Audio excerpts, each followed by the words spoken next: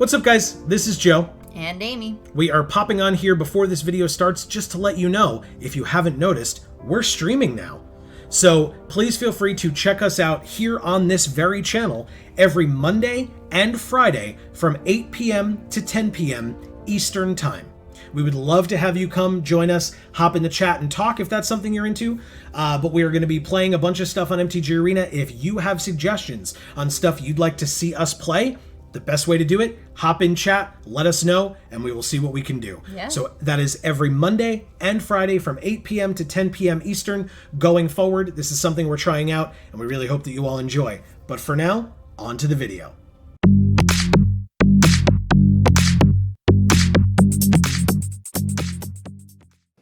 What's going on, everybody? Welcome back to another episode of JaAR. JaAR, for those of you that may be new, and there are probably a lot of you, stands for Joe. And Amy. Review. And this is our, I guess, back to weekly show where we review the Magic stories. Yeah.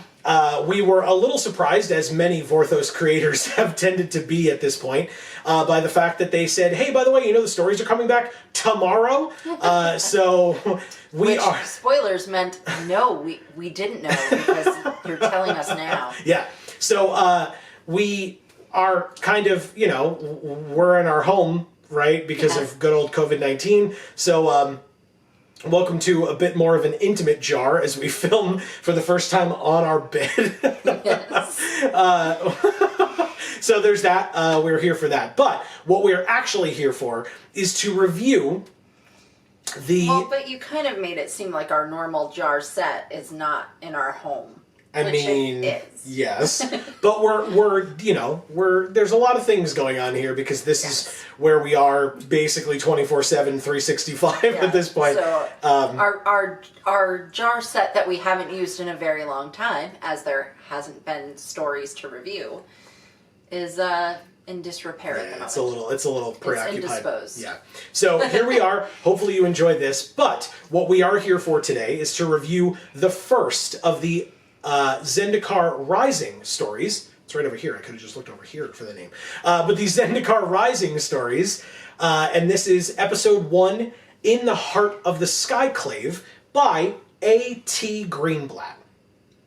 I noted on here, because it showed it, which I think is hilarious, in the article at the bottom, it shows when the most recent Magic stories were posted on that website. And the most recent story prior to this one was June 12th of 2019. And I thought that was super funny that that's something that they advertise. That that's how long it's been. I get that they're like, hey, it's... I just felt bad about erasing it. Well, they were like, hey, we're returning to weekly. And it's like, yeah, I guess people who don't know why you're returning to it after a little over a year, I guess they could be excited about it for you. But... So there was another article written yesterday. So this is being filmed on Wednesday, the day that episode 1, this story, came out. The big announcement was on Tuesday, yesterday. And when that announcement was made, they also released a little mini article, if you will, entitled Zendikar Things Have Changed by Ari Zarolnik and James Wyatt. And I apologize to Ari if I'm pronouncing their last name incorrectly. And James Wyatt, who, as Amy said, she missed him quite a lot. Yes. Was happy to at least hear his name once. Yeah. There's not a ton to review about that article, except to say you should definitely go read it. Yeah. It was short, it was sweet, it was very good in that it helped catch you up with what's going on now. Although I think we did reference the fact that in these, one of the things that it did say was that there are now going to be 2 of these stories a week. That does not mean there will be 2 JaARs a week. It means there will be 1 JaAR a week because it's going to be 1 chapter and 1 side story on a particular legend. We can cover both in 1 JaAR. That's how we're going to try to do things as best we can. And then it said, and there will be a separate article with lore details about all of the other legends that are not covered in those side stories. Excuse me. So we'll probably do a video on that as well once all of these are done. We'll just do a JaAR that talks about that. But yeah, we'll do 1 JaAR a week. And what we mentioned was this the Zendikar Things Have Changed article kind of talked about everything that we've missed in the interim. How the denizens of Ravnica essentially, or Ravnica. I'm just so used to saying that from the Ravnica stories. Yes, the denizens of Zendikar have been dealing with post Eldrazi Zendikar, and talking about a little bit about the Seagate being rebuilt and a little bit about Commander Tazri instead of General Tazri. Yeah. So we're hoping that when we get a Commander Tazri story, that it kind of talks a lot about that as opposed to just this being the only time that we hear about it, although we're unsure. Also, in our... I wish it had a bit of a timeline, though. So yes, we knew, you mentioned that. how much time had passed. Sure. Yeah, because that's something that we talked about in relation to this story of like, how long has it been since the end of War of the Spark? Now that Nissa and Nahiri are back on Zendikar and meeting up and talking and stuff, we have no idea how long it's been because they haven't really told us. Maybe it'll come up in future stories. Who knows? That like they'll indicate that to us. It's unclear. Also, I guess I should mention, I felt it as I like scratched. I had an itch. This is also something that we're doing for the quarantine. I've been growing out my beard because I just we're not going and getting haircuts and stuff. And yeah, I've got a trimmer, but who wants to do that? I'm working from home. This is work from home Joe. So intimate JaAR with work from home Joe. Okay. Anyway. And I matched this to my shirt and my earrings. Yeah, that's true. So. There you go. See, so Amy looks nice, and I look like I've been living in this house for 6 months without, grooming myself. I mean, I also look like that because it is factual. Yeah, you just put in effort, and I did not as much. That's just, so, the way it is. Now that we are so far into this episode, welcome back to JaAR, everybody. Now that we're so far into this episode, our quick review at the top of this one, spoilers, we differ pretty heavily on this story, which is rare. For those of you that are new to JaAR, we don't typically differ as much. We used to a lot more, I think. Sure. Back in the day. Sure. And then kind of grew to agree a lot more. Yeah. But yeah, I found this one to be fine. I think that my quick review is, if you like the fact that weekly fiction is back, you need to go read it regardless of whether you end up liking it or not liking it, because that is a way to show them that the clicks exist. You need to to the company needs justification in going back to weekly fiction, even though, they tried for a year without it and all everybody ever told them was go back to weekly fiction. Yeah. But you are allowed to be critical of the story at that point as well. And so from that, Amy, what was your quick review at the top? I'm critical of the story. I have a lot of issues with the story, but I think we kind of referenced the not knowing the timeline thing, and I think that may have alleviated a little bit of my issues with it if I had known how much time had passed. Okay. So I don't know. Well, I don't love the story. Okay. So, but do you recommend that people read it, or do you recommend people don't read it? Absolutely, I recommend people read it. Okay. So that's our quick review at the top. Is I found it to be fine. Amy did not enjoy it, but we still both recommend that you go read it for possibly different reasons. But on to the full... So if you haven't done that yet, here on JaAR, we review, we don't summarize. So we are going to be talking about stuff, but it's not going to be extensive, so it'll be full of spoilers. You should go read the story first. Read the story first, then join us back on this video if you can. Yeah. Because we're going to be talking about some stuff that you're not going to understand if you have not read the story first. And it's going to be full of spoilers, so reading the story after the fact is going to suck. Yeah. And again, if you're new, the comment section is where any and all opinions that you might have about our opinions or about what you felt about the story, that's where that goes, and we will continue the conversation with all of you, and you can continue it with your fellow commenters as well. And we'd love to do that. Yeah, it should be great. So, starting at the top, we have, as I think we alluded to, this story has 3 characters in it that aren't like animals or creatures that they fight. It is Nahiri, it is Nissa, and it is Jace. And that is, it shifts in between the 3 of their perspectives, essentially. It's like we were saying, it's like a third-party omnipotent, but it switches from knowing about Nahiri to knowing about Nissa to knowing about Jace, and kind of back and forth among those 3.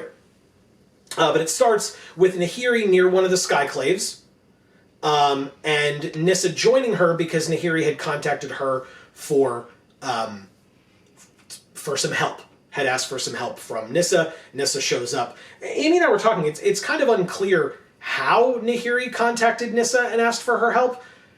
It's not like she called her, and I don't think she sent like a messenger. Like I don't, it's like, oh, you asked for my help. What am I doing here? Like, she didn't come and get you, because otherwise, it's that kind of thing where in movies all the time, right? You have 2 people that leave one location to go to another location, and then when they get to that other location, right, the movie cuts, and they get to that other location, that's when the person goes, what are we here for again? Like, why are we here? It's like, you would have asked that on the way. You would have known before you left, because otherwise, why would you go? Right. And we'll get to that in a second, but... one of the things that was a little odd was that the story starts with some friendly competition between Nahiri and Nissa, where Nahiri says to her, hey, you want to race to get to the Skyclave over there? Because, we all know, right? Skyclave is floating in the air, and they're on another either floating landmass or a station, like, on the land itself, and they want to get to the Skyclave, and so Nahiri says, let's race, see who gets there first. Nahiri on a jutting out piece of stone, and Nissa with her vines, but both Amy and I were like, why would they do that? Yeah. This isn't like pal around time, right? Nope. This is like, we're here to save Zendikar. They also don't know each other. Right. Or seemingly don't know each other by any of the rest of the story. Right, any of the interactions that they have, yeah. It's not like we come in to a friendship that's already taken bloom, or whatever. Nope. And no, because they're like, we just missed that part. Right. They're like, oh, yeah, I saw you on Zendikar. Oh, yeah, you're the tree lady. Right? Like, that's how they interact with each other. So it's like, okay, they definitely don't... I saw you on Ravnica. Oh, what did I say? Zendikar? Yeah. I'm going to mix that up a million times. Sorry, everybody. I'm trying here. Yeah. Then the whole thing with this story and with seemingly this set, like the story of this set, is that the Royal is still a thing. And now it's the problem because the Eldrazi aren't around. And we'll talk more about that. But Nissa educates Nahiri on the Royal because Nahiri is feeling guilty about the Eldrazi. Feeling guilty about having brought them there, feeling guilty about having been tricked, I guess, or manipulated by Sorin and Ugin to trap them there. Sounds about right. Since she is the guardian of Zendikar. We'll talk about that. And she's, like, feeling nostalgia or, like, wanting the plane to be back where the way that it was. That she remembers it to be. And so that, Amy, leads you to your topics here. Okay, so, like, I thought about, like, the fact that she kept on saying this damned royal, and it's, like, this personal attack that it's, like, manipulating the land over and over. And, sure. and, whatever nonsense. And I was just, like, I didn't really understand, like, what Nahiri's motivation was for doing anything, really. Because I was like, she's just messing with the plane. Mm-hmm. And, like, what's her motivation for doing that? There isn't one other than that they've really, really kind of made the decision that she very, like, childishly unaccepted her failure.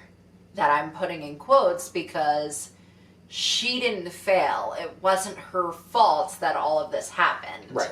Like you said, she was manipulated by Sorin and Ugin, or even if she wasn't manipulated,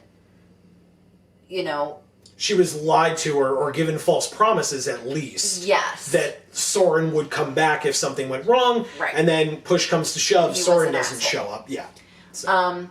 And, you know, so she should feel a responsibility, yes, but they focus an awful lot on how she feels guilty and like a failure and everything, and they do that with Nissa as well. Correct. And it's just not very characteristic of either of these two women, despite the fact that they've failed.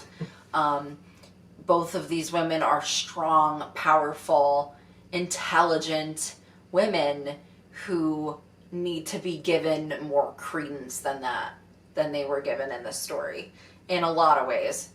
But yeah, I didn't feel that there was adequate motivation for Nahiri to be doing this. It just kind of felt like out of the blue, she's just doing this now. And you're like, okay, but where's the piece of the story that we're missing that's explaining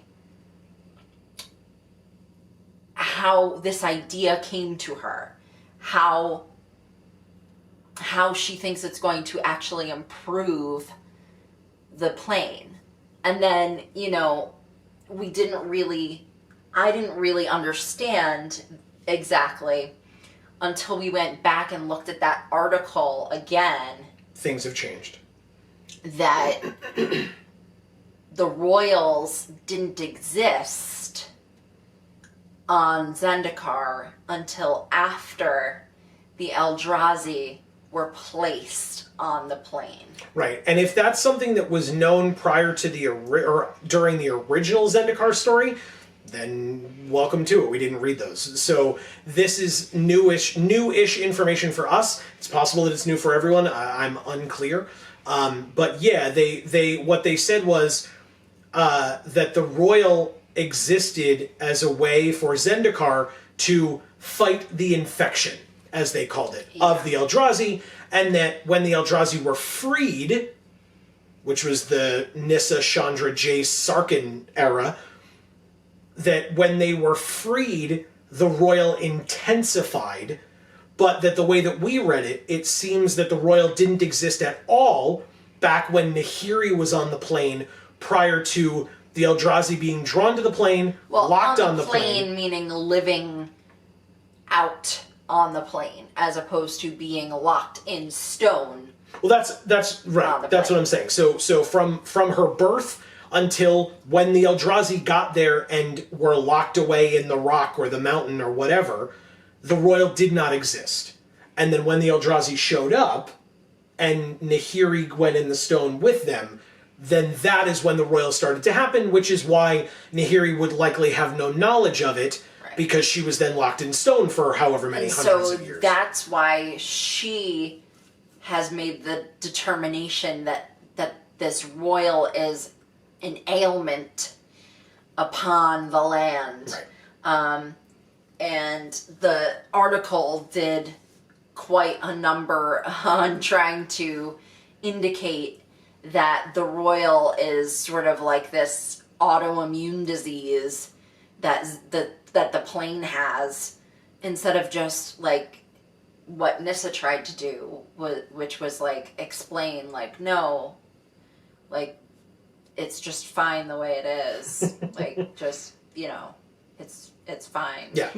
Like, if my point was, if the royal still exists and is still intense, then it's still trying to heal the damage in the wake of the Eldrazi. Right. You know, what's left over after the destruction that was caused. Right. And I was unclear because the article, things have changed, did make it seem like it was the infection is gone, but the preventative measure still exists or something like that. So it seems like the article is trying to tell us that it doesn't belong there anymore. Right. And yet Amy's point is, if it's still there, it belongs there. Yeah. Right? And that may be what Nissa is also feeling, is that like, well, this is Zendikar. This is the plane that I know. And my point, I think, kind of also was, why wouldn't Nissa ask Zendikar that?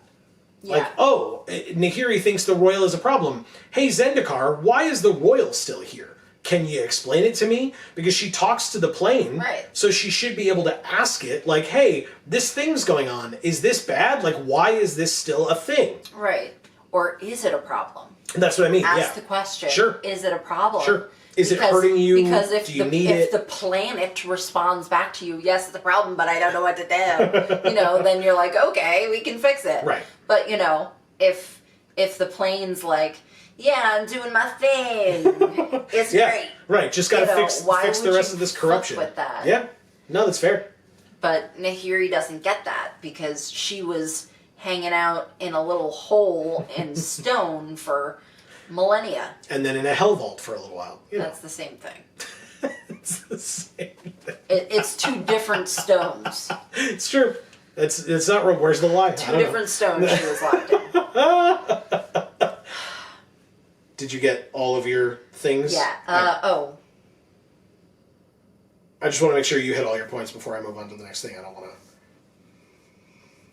to... I guess the next thing that we were about to talk about was, like, I wrote down, like, Nissa's appreciation for buildings and civilization. I didn't really understand that so much. And it happened twice. Yeah. Both on Ravnica, when she first planeswalks to Ravnica, and on Zendikar. When she gets into the Skyclave. Yeah, and it's Zendikar. Like, yes, she's floating, so, like, she's not, like, checking out the greenery, because she's floating. But, like, why are they spending so much time talking about Nissa's appreciation of buildings and civilization and cities when she doesn't care about that stuff? Like, she's here to heal her plane that is dying. Well, and not only that, they've in the past made a big deal about talking about how Nissa doesn't enjoy being on Ravnica, for example, because it is a plane-wide city. And so there isn't really greenery, etc. for her. Like, there's, like, little things here and there. But there's not really greenery for her to, like... It's like a dead place. For her to, like, utilize and speak to the soul of Ravnica. Right. Like she speaks to the soul of Zendikar.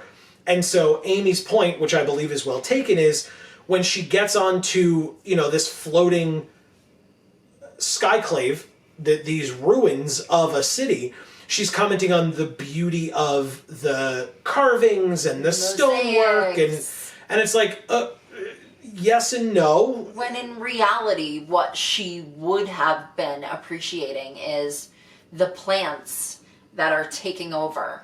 Which she kind of talks about the fact that way later. And the fact that it's in ruin. Right. The fact that nature has reclaimed that a little bit. Sure. It roiled it up, if you will, into the sky. Yeah. Sure. Okay. And so then... Or is starting to reclaim it by it being broken and it just sitting up there and there's plants growing inside of it. Like, she would appreciate that a lot more than the buildings being built up and not in ruin. Sure. Then we get to some slight mentions back to War of the Spark. Just like what occurred during War of the Spark.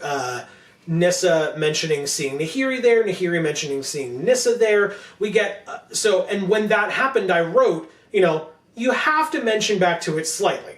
Just makes sense. Because as long as it's still canonical, even though some people may not want it to be, if it is still canonical, you have to reference it. You have to talk about the last place where these folks were, and especially where they last saw each other. So that made sense to me. There was more discussion of it later, which we will get to, that was not great. But there we are. Then, speaking of that, when they're referencing back to War of the Spark, Nissa at one point references Gideon. For the first time. It will come up again.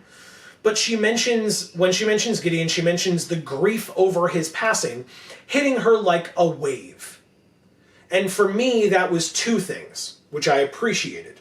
The first was that the royal kind of shows up in waves.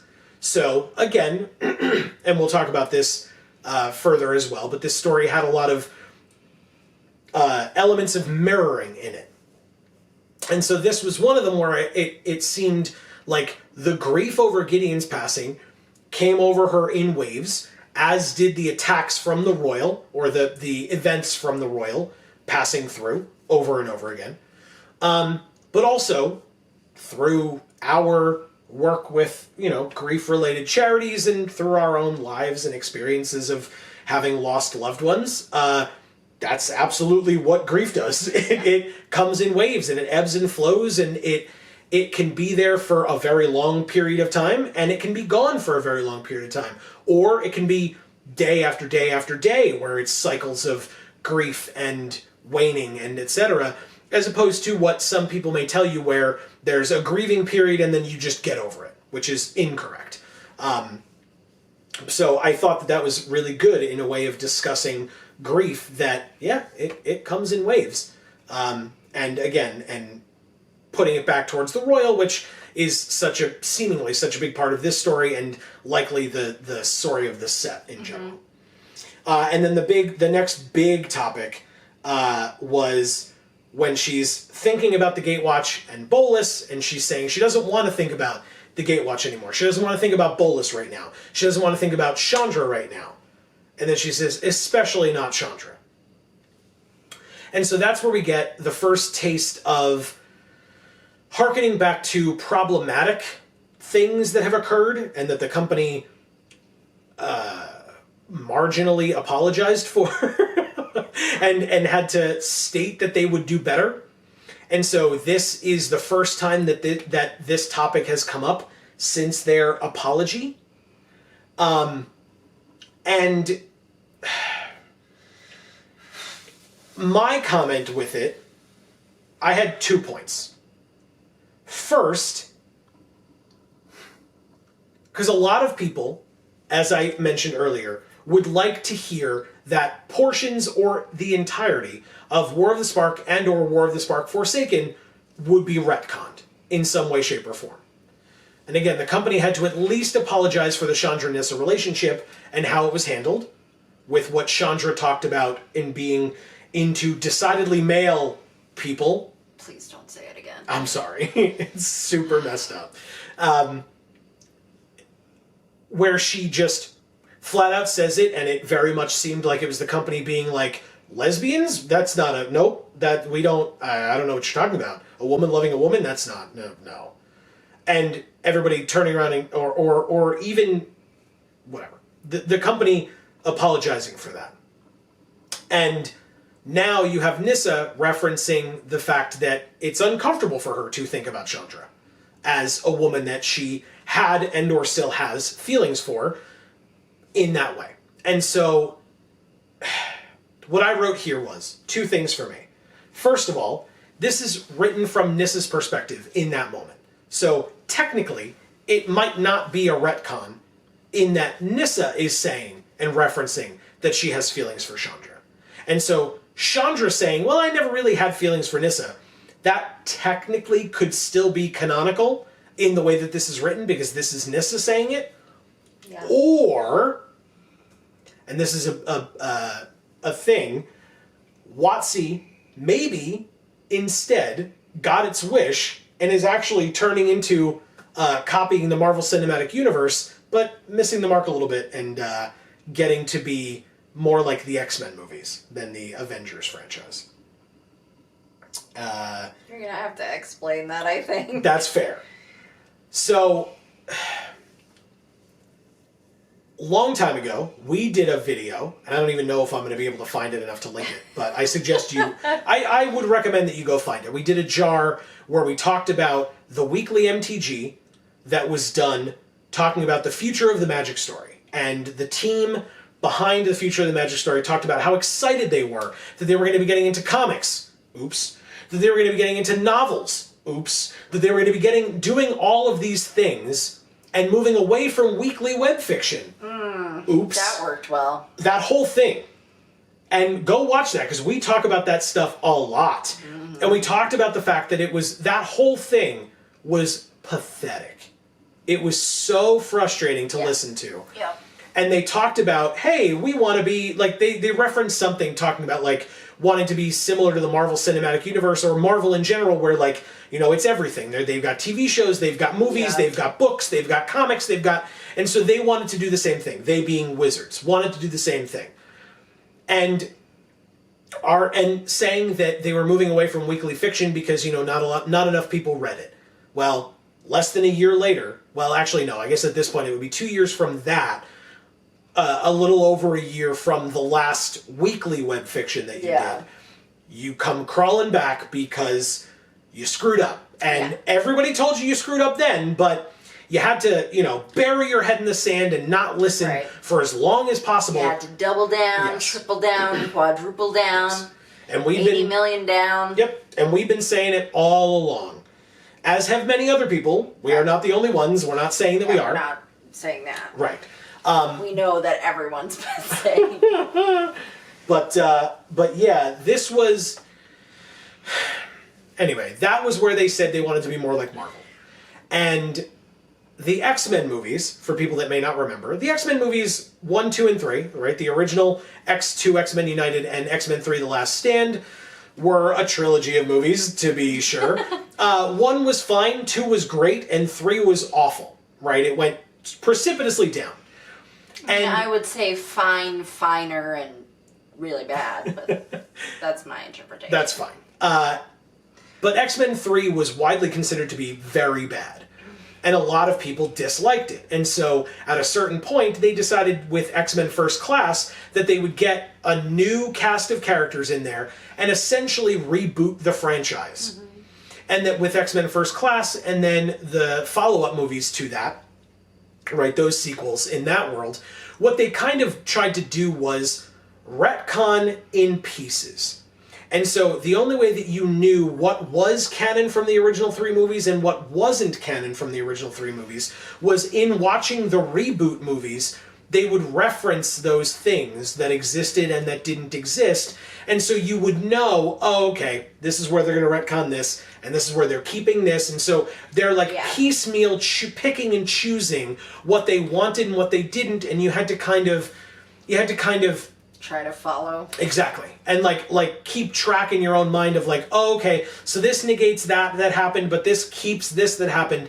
Yeah. And I don't think that's what they did here, but if it is, then again, congrats, you're like some Marvel movies, just not the ones that you wanted to be like. Right. Because those X-Men movies didn't really work out either. So I liked First Class. So did I. No. Again, the reboots were great. I'm not saying and the reboots were good until you got specifically to Dark Phoenix.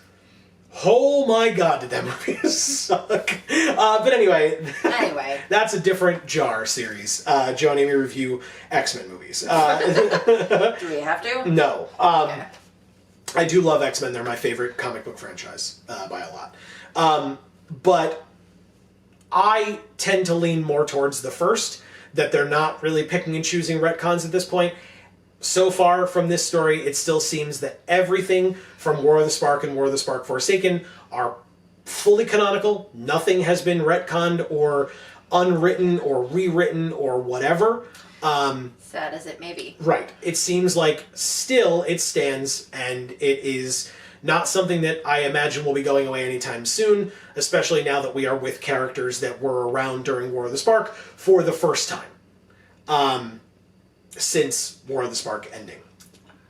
So, Amy, that kind of brought you to this, and this.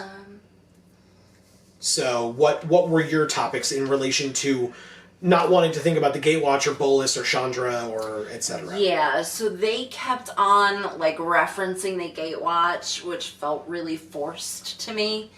Again, they didn't explain how much time had actually passed from the moment that Nyssa planeswalks back to Zendikar, leaving the Gatewatch's side, and the moment that we begin this story. Sure. So if I had more of a timeline there, maybe I would understand, but I feel like there's no urgency. I feel like she planeswalks off of Ravnica onto Zendikar with a mission. You know, she left the Gatewatch because all of them said they weren't going to help her with Zendikar. And she was like, fuck y'all. Yeah. Oh, you care more about Liliana's demon? Well, Right. I'm going to go No. deal with something real. I'm going to go fix my world. Yeah. So she goes to Zendikar, and what she would do then is care about Zendikar. There are a lot of points in this story where she's very distracted. She's thinking about the Gatewatch. She's thinking about Chandra. She's thinking about losing Gideon. She's thinking about random BS. I understand if you lose your friend, but you're about to lose your world. Or realistically speaking, you're trying to make your world come back. Sure. You've already lost it. Right. So, like, what you would be thinking about in those moments, what you would be doing in those moments, you would have a sense of urgency to that end, fixing your world. You wouldn't be having a Chandra moment and letting your thoughts wander to all different kinds of places and things. You'd be focused. You would have resolve. You would be determined. And I didn't feel any of that from this story. Sure. Yeah, there wasn't much urgency in her actions. Yeah. And again, I go back to not understanding why Nissa would even go. Why she would even take the time to go and see Nahiri if she didn't know what it was about. You know, if she didn't tell you before you got there and you were just that curious, so you went, Yeah. then the first thing you would do when you arrived is ask the question. Sure. What are we doing here? Yeah. Oh, you're going to be able to save Zendikar. Cool. How? What in here is going to help us save Zendikar? Okay, tell me about this. Well, and because the point that you're bringing up is the fact that once Nissa finds out what Nahiri is planning to do to save Zendikar, she immediately knows that it's a problem, which means that if Right. she had asked about it, Because she duh. would have then known. Because duh. Yeah. That's why I was so mad when it happened. Yeah. Because I'm just sitting there going, duh! Come on! And then she's like, woo! Yeah. Jesus. Yeah. Okay, sorry. No, it's fine. Is that... Yeah, that's it for that one. Okay. So then we talked about a bit about mirroring, and we talked about, Amy mentioned how Nahiri was feeling guilty, right, about the Eldrazi on the plane, and that the royal started because of what Nahiri did, or because of how she was tricked or lied to or whatever.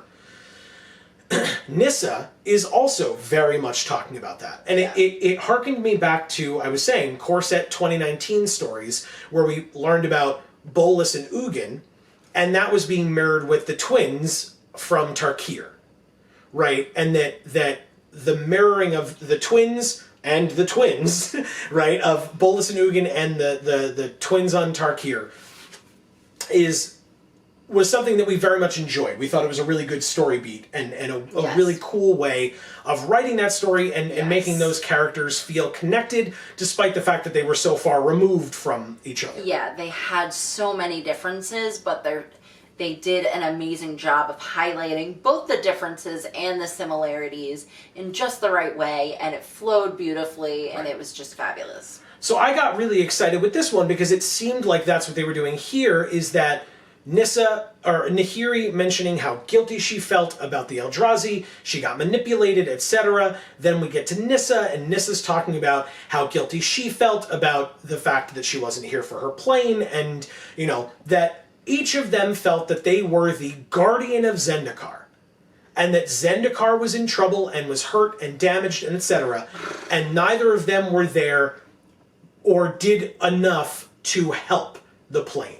And so now they were trying to fix it, but in general, they were mirroring the guilt that the other one felt, and they both were thinking the same things, right? We want Zendikar to be back the way it was when we were younger, when we were kids, before all of this Eldrazi nonsense. It's just that Nissa didn't know that the Eldrazi were trapped in the mountain with Nahiri, or vice versa. So to her, the world that she knows as Zendikar is the world that was technically infected by the Eldrazi. They just hadn't been taken out of their prison yet. Okay. Nahiri wants to go back to the Zendikar where the Eldrazi weren't there at all. They weren't imprisoned on the plane. They were nowhere to be found. And Which we kind of didn't realize until this story and that article how different it really was. Correct. And we then, and it's also similar to what a lot of old walkers want, which is to go back to the way that they were in terms of their extreme power and might and etc.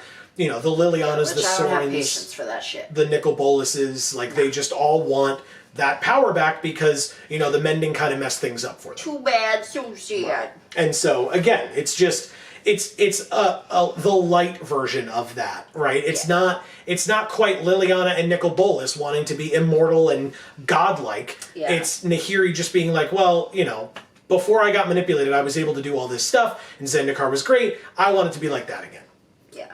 And that's what it seems like. Yeah. Well, I mean, the thing is, I think, the way it's written makes a big difference. Because when it comes... I love Nahiri. She's a great character. She's been one of my favorite characters from the beginning. I mean, her and Nissa really are my two favorite characters. Mm-hmm.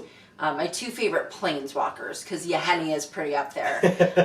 Fair. And Drana is pretty high as well. Yeah, that's cool.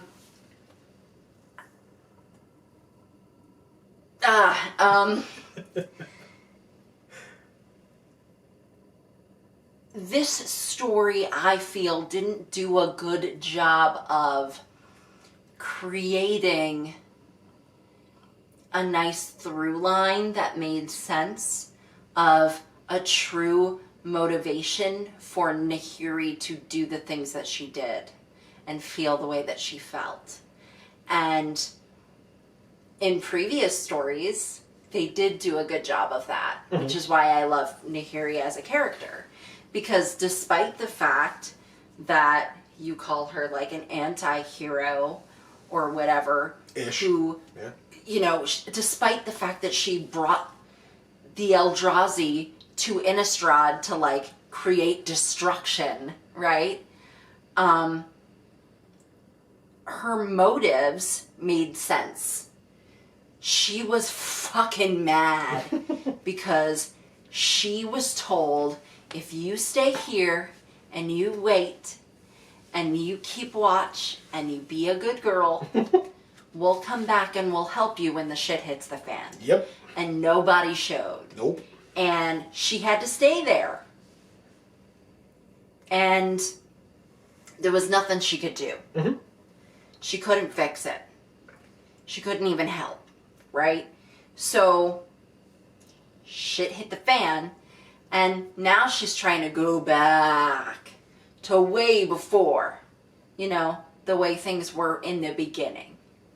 And that would be a good reason mm-hmm. for her to do what she's doing. But the way this story goes about writing it, they've chosen to make her the bad guy of the story. And so, it doesn't give you, here are her legitimate motives for doing the actions that she's performing. Mm-hmm. It gives you, well, she's gonna go back and get rid of the royals because they're fucking up, you know, Zendikar and they're a blight upon it or whatever nonsense. No. Because Nissa's standing there going, they're fine. Right. This is what I've grown up with. This is Zendikar, like the way it's always been, the way it's supposed to be. The way she knows it to be. The way she knows it to be. Yeah. But Nahiri's old as fuck. So, and the last time she was out and about, it was not like that. It was all core all the time. Yeah. Back then. And that's what she seems to want again. Right. And it kind of going along with when Nissa shows up and is helping Nahiri, or shows up to help Nahiri, one of the things that she points out, because Nahiri's kind of leading her through this Skyclave and saying like, oh, well, we gotta go this way now, and we gotta go this way. And Nissa's like not fully understanding what the hell's going on. And she still doesn't ask. Right. And one of the things that I noted is that Nissa mentions, oh, geez, and now I'm a follower again. Right, referencing back to when she was part of the Gatewatch and something that she kind of got a little bit fed up with, and now she's a follower again. Now, I thought to myself, oh, that's really cool. That's a really cool story beat. Is that, like, she's now talking about how she felt she's annoyed that she was a follower while a member of the Gatewatch. Well, Gideon is gone.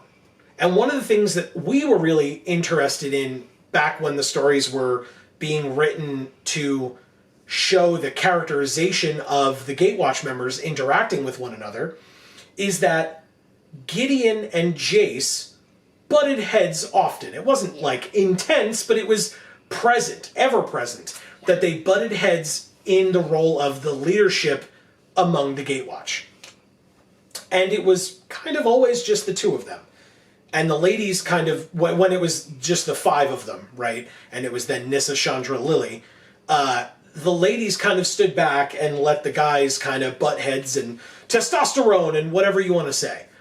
But the fact that Nissa is now mentioning, like, hey, great, I'm a follower again, that piqued my interest. Because I'm like, oh, okay, so now you could actually have a woman as part of this, like, struggle for leadership. And I'm not saying that I want there to necessarily be a struggle, but that, like, there could actually be a name of a woman mentioned as a possible leader for the Gatewatch, as opposed to just, well, Gideon's dead, so it defaults to Jace. It doesn't have to. You can actually have Nissa as a character step forward and be like, you know what? No. I tried this follower thing, doesn't work for me. I'd like to be the leader as well. I'd like to present myself in the role of leader.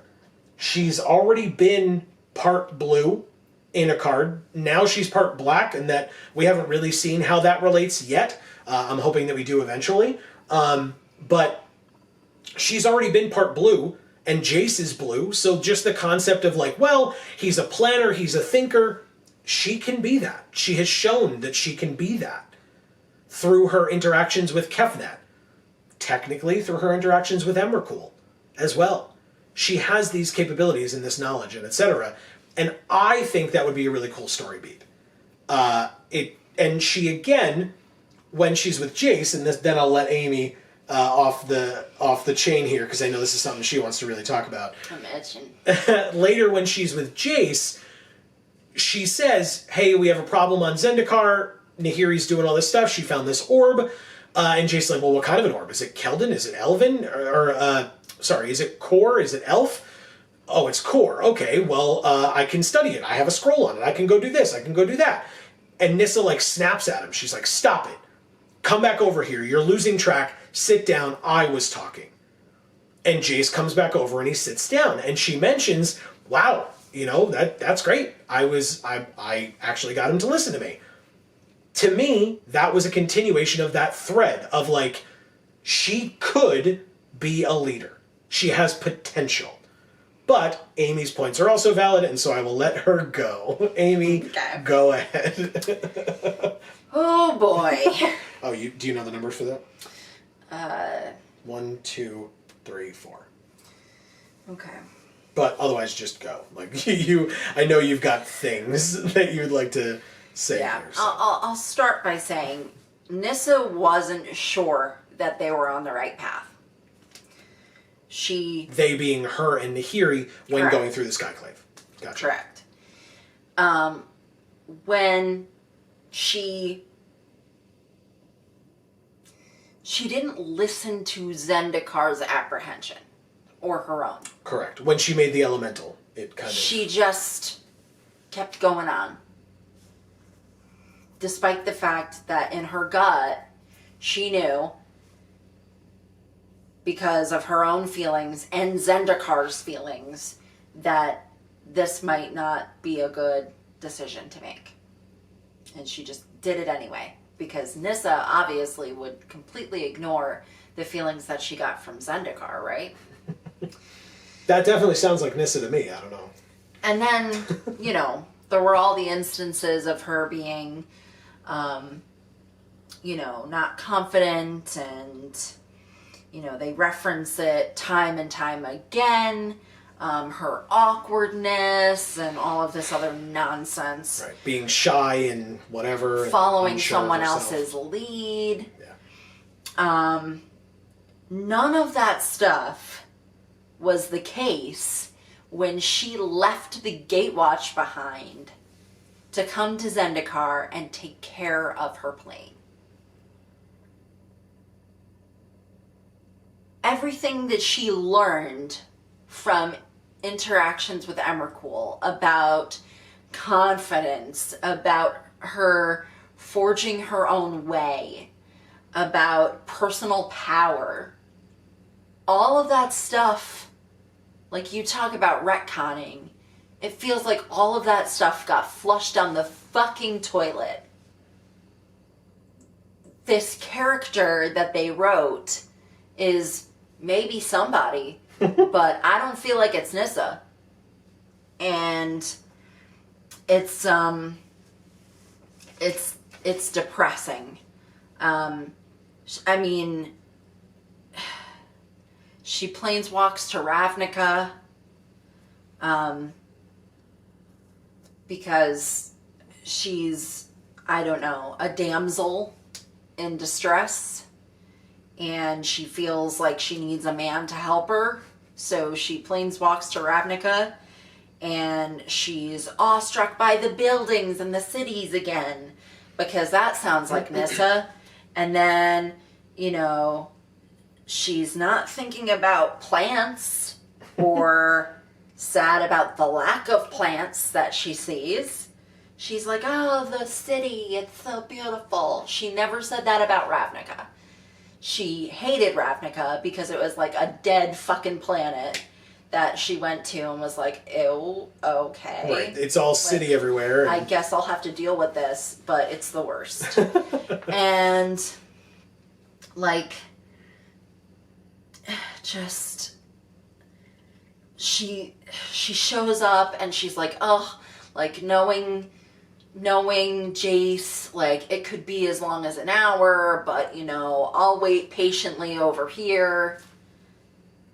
Like, no urgency whatsoever. Her fucking planet is being killed right now by somebody who thinks that they're helping the planet. Well, actually, even worse, her family is being... She refers to the elementals as her family. Yeah. So they're being legitimately murdered right now. Right. Because they're going to go away. And she shows up and she's like, well, I'll just wait around for him. You pointed that out. I had not thought about that. And you were like, why is she cool with just chilling like that? And I was like, oh, wow. Yeah, no, that's an interesting point of just like... Especially after the fact, like, when Nahiri was talking to the rocks, she was like, I don't know what to do.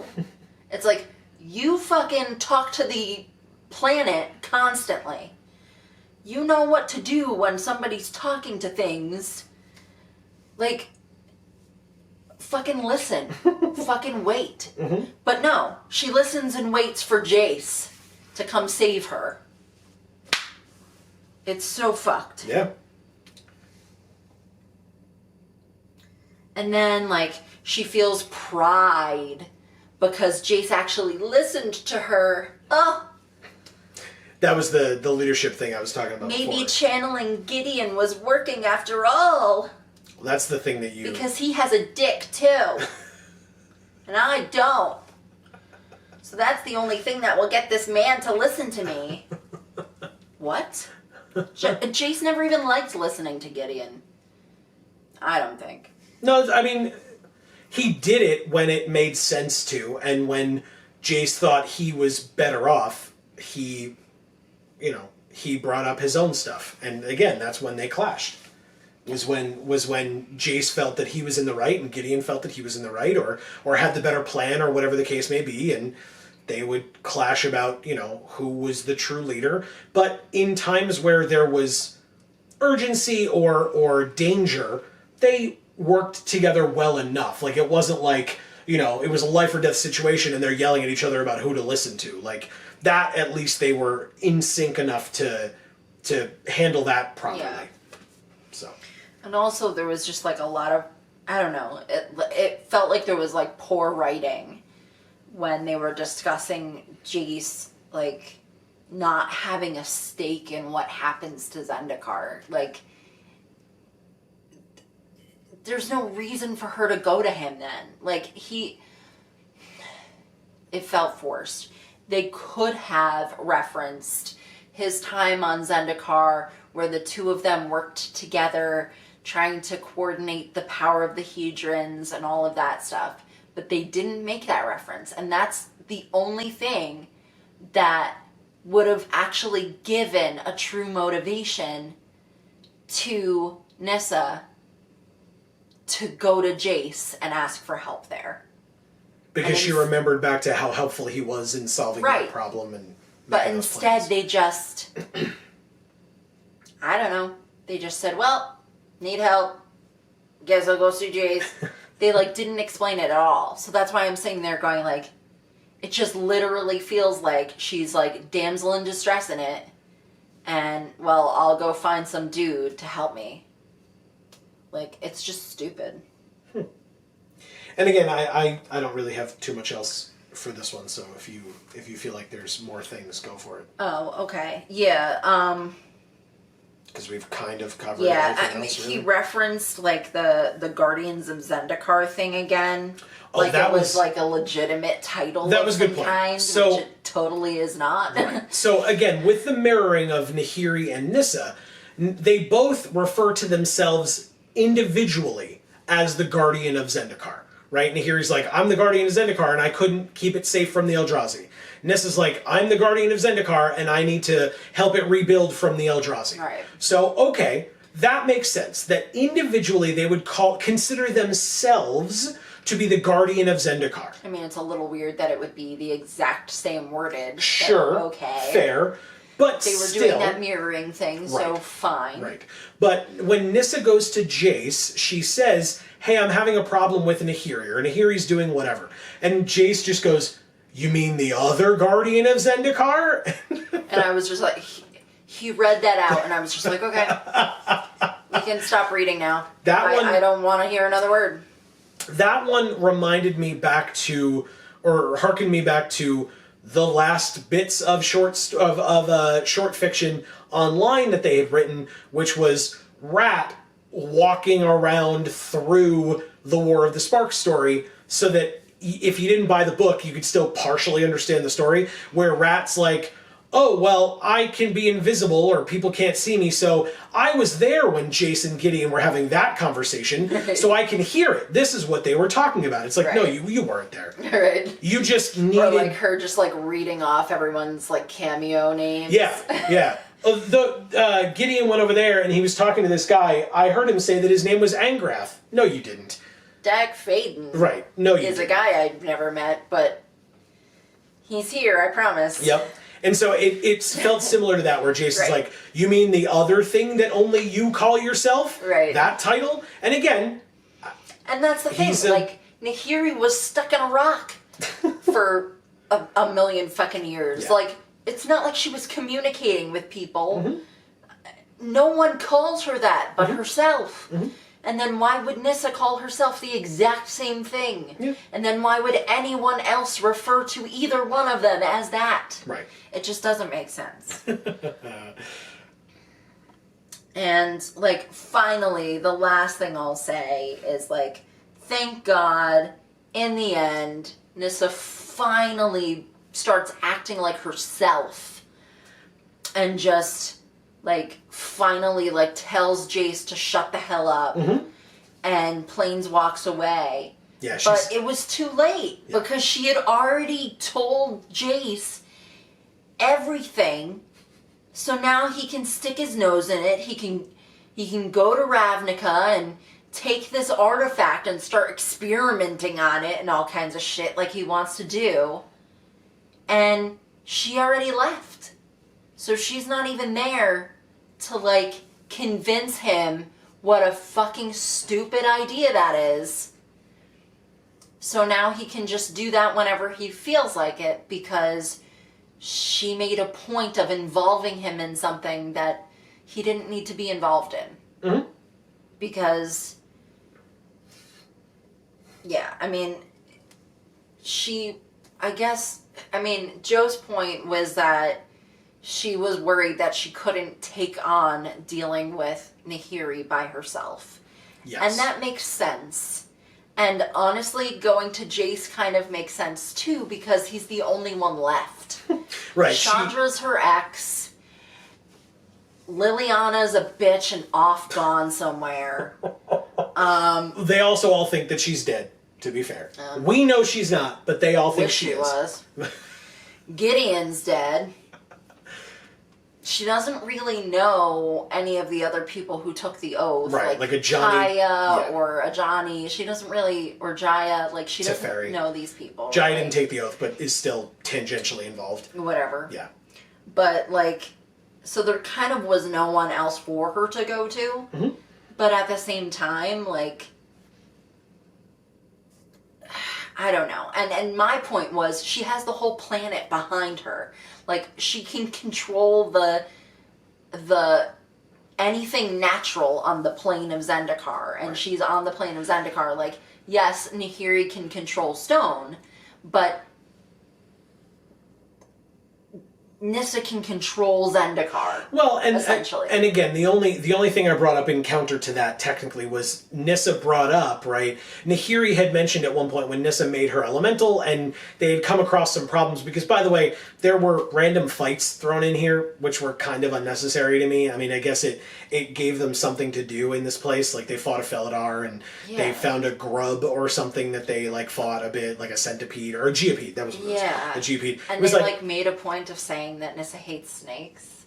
I thought it was weird, because I was like, I thought she, like, had a good relationship with animals. I don't know, like, why she's fighting all these animals and, like, hating snakes randomly, but anyway, it was very odd that all of that stuff was going on in general. So I don't know. I don't exactly remember where I was going at that point, but it would have been great, I promise. Sorry. It's okay. It's fine. I forgot. It happens all the time. It's just been a long video, so I totally understand.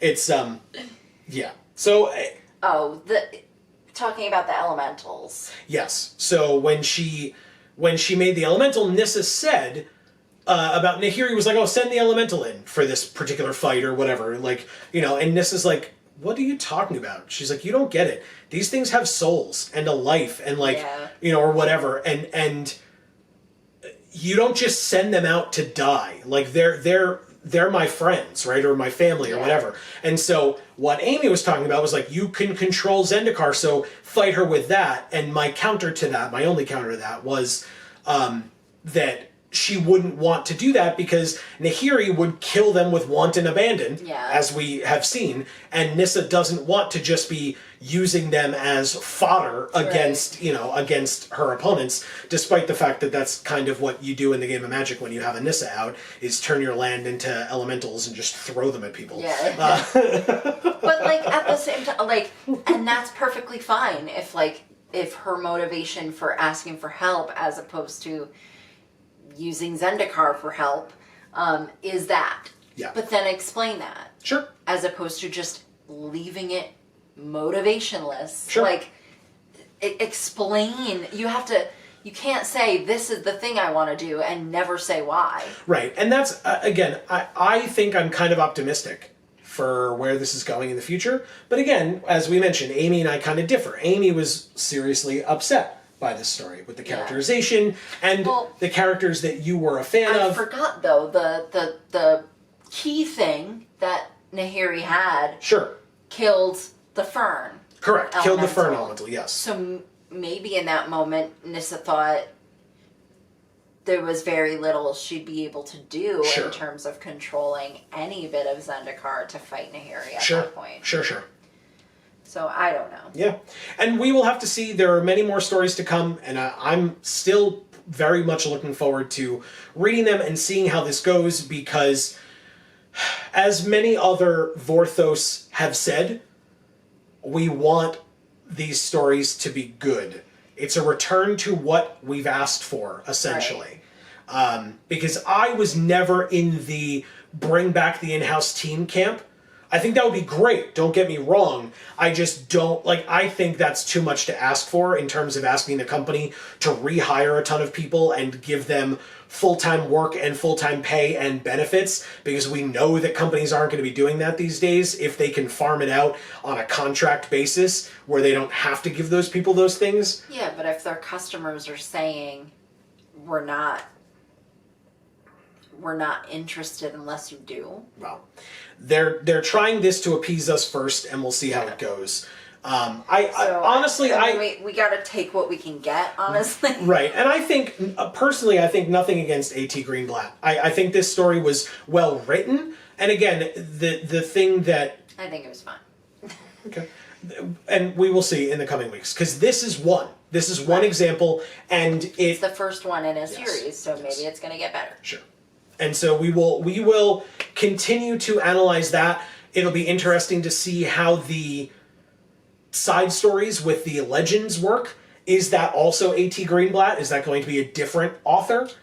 And how will that relate? Because people loved the Nikki Drayden, Ravnica Allegiance and Guilds of Ravnica stories, but said, these are cool, where's the mainline story? And then we got that with the Gathering Storm, but that was all weird, and late and out of sync. But it's a cool combination of things that we have been asking for. Return of weekly fiction, free, and yes, give us those side stories with those other characters. Right. They're fascinating. They don't have to be related to the mainline story, but we want to know about these people and who they are. But we don't want it to take the place of the main character story. Correct. So we will see how that goes next week. We will be back with a continuation of our new return to JaAR. Yeah. I'm super excited. If you didn't, yes, if you didn't remember from the beginning of the video, the little blurb, we are live on this channel every Monday and Friday from 8 to 10 p.m. Eastern Time. So definitely come out and join us. Our first live stream on Monday went super well. There were a ton of... Yeah, exactly. There were a ton of awesome people that joined us. We were super happy to be there. Just playing some Arena for fun, some chill Arena times, hanging out with chat, talking to people. To you guys on chat. It was perfect. So we're hoping that Friday goes just as well. That would be tomorrow when this video comes out. So feel free to join us any Monday or Friday that you happen to be watching this before or after. Yeah, there are other channels that we have. There are other series that we have. We look forward to seeing you on there as well if that's something that you're interested in. Yes, please. You can check the description for any information that you might need. As we mentioned, we would love to hear from you down below. Give us your opinions on whether you agree with us, whether you disagree with us, whether you have opinions that we may not have brought up, things that you liked or disliked that we didn't reference. Maybe you were like, Joe had this whole interpretation of what he thought that meant, and Amy's was completely different, and mine was like on a whole nother planet. Mine was like this. Yeah.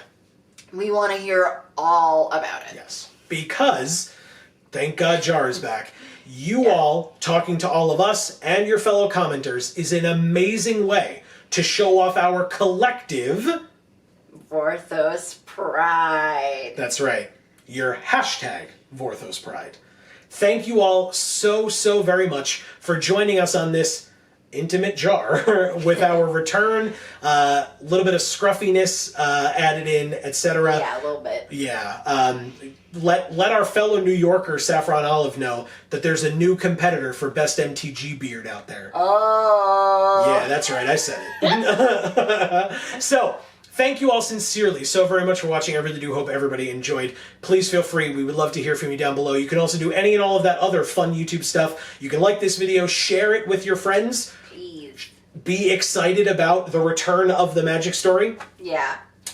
Even if this particular story wasn't your most favorite story in the world, Like this it one. wasn't my most favorite story in the world, be excited about the prospect of the possibility of it getting to a point where it might be.